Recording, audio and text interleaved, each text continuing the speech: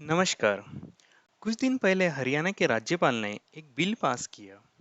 उस बिल के हिसाब से प्राइवेट जॉब में स्थानीय यानी कि लोकल नागरिकों को 75% यानी कि 75% रिजर्वेशन मिलेगा।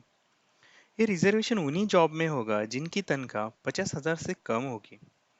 सरकार का ये मानना है कि इससे स्थानीय लोगों को रोजगार तो मिलेगी ही, बल्कि ये बाहर से आने वाले गरीब मजदूरों की भीड़ भी कम करेगी, जो कि ज़्यादा करके राज्य के साधनों पर असर डालती है और गंदी बस्तियां पैदा करती है। अगर देखा जाए तो इस बात में सच्चाई नजर आती है, लेकिन इसके बहुत सारे पहलू हैं।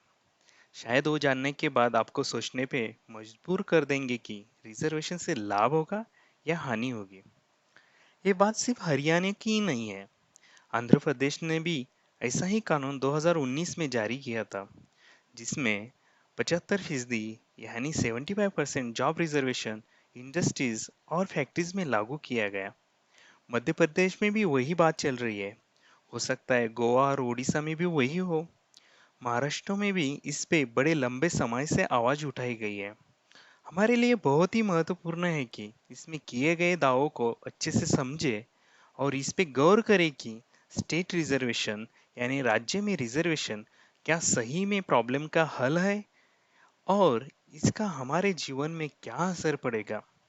तो चलो शुरू करते हैं आज का वीडियो। क्या महाराष्ट्र में भी जॉब रिजर्वेशन करनी चाहिए?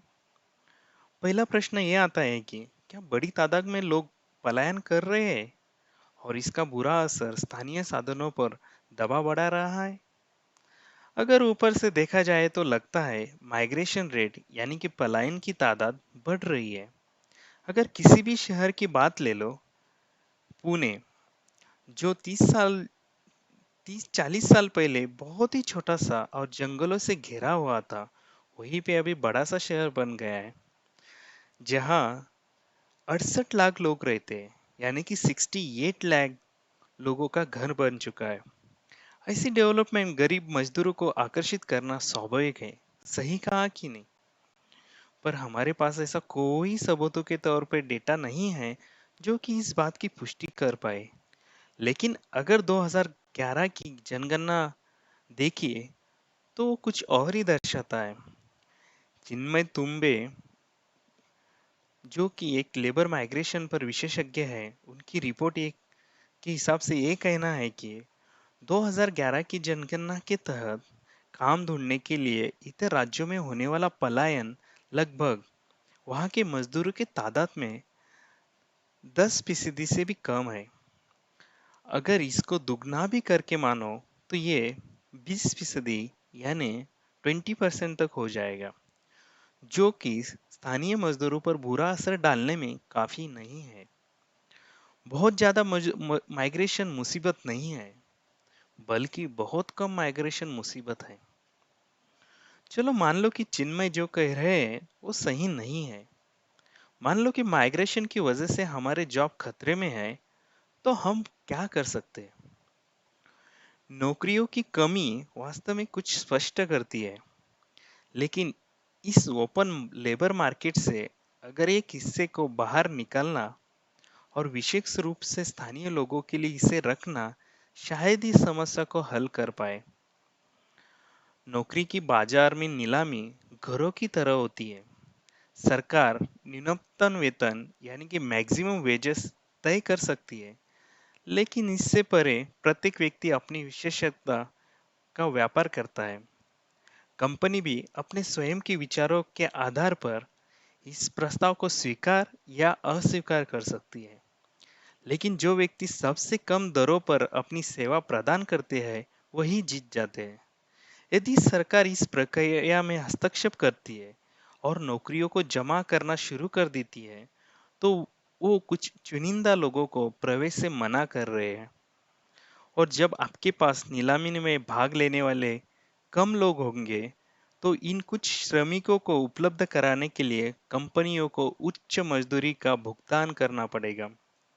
तो इसमें नुकसान क्या है? अगर स्थानिकों को ज्यादा पैसे मिलते हैं तो अच्छा है ना? हाँ, ऐसा कहा जा सकता है। लेकिन यह संपूर्ण मार्केट को बाधित करता है। जब कंपनियों को उच्च मजदूरी का भुगतान करने के लिए मजबूर किया जाएगा तो वो नौकरियों के कमी करना शुरू कर सकते हैं। अगर ये भी आर्थिक संभावना से बाहर है तो वे अन्य नौकरियों को भरने के लिए कहीं और स्थानांतरित करने का विकल्प चुन सकते हैं। ये सरकार के लिए अच्छा नहीं रहेगा क्योंकि सरकार नौकरियां पैदा करना चाहती है, ना कि कम। अगर भारतीय संविधान की बात करें, भारत का संविधान कई प्रावधानों के माध्यम से पूरे भारत में कहीं पे भी जाने की स्वतंत्रता और भारत में रोजगार की गारंटी देता है। आर्टिकल 19 ये सुनिश्चित करता है कि नागरिक भारत के पूरे क्षेत्र में स्वतंत्र रूप से निरागमन कर सकता है।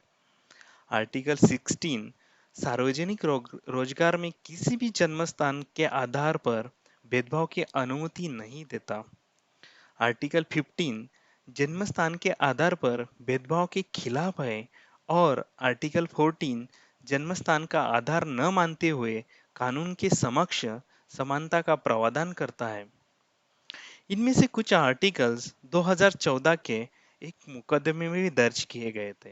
जो मुकदमा था चारू खुराना के खिलाफ यूनियन ऑफ इंडिया का। जब ट्रेड यूनियन ने मेकअप कलाकार की सदस्यता को अस्वीकार कर दिया था क्योंकि वह कम से कम 5 साल तक महाराष्ट्र में नहीं रही थी, जो कि ट्रेड यूनियन का अपनी एक शर्त थी। ट्रेड यूनियंस ये केस हार गई थी। तो क्या इसका मतलब जब उसके लोग पीड़ित हो तब भी सरकार को हस्तक्षेप नहीं करना चाहिए? बिल्कुल ही नहीं।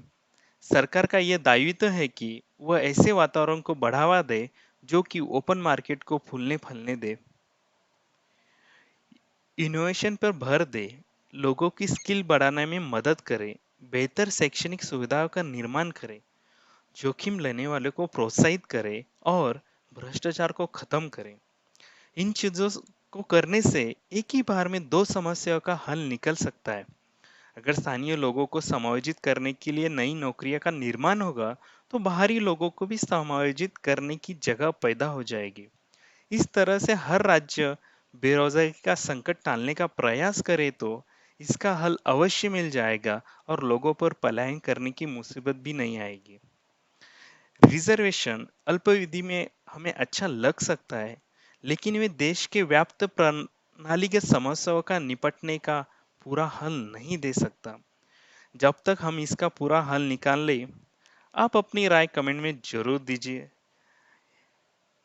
इस वीडियो को लाइक कीजिए, ज़्यादा से ज़्यादा शेयर कीजिए ताकि ये इंफॉर्मेशन ज़्यादा से ज़्यादा लोगों को प्रभावित करे और चैनल को सब्सक्राइब करने को मत भूलिए।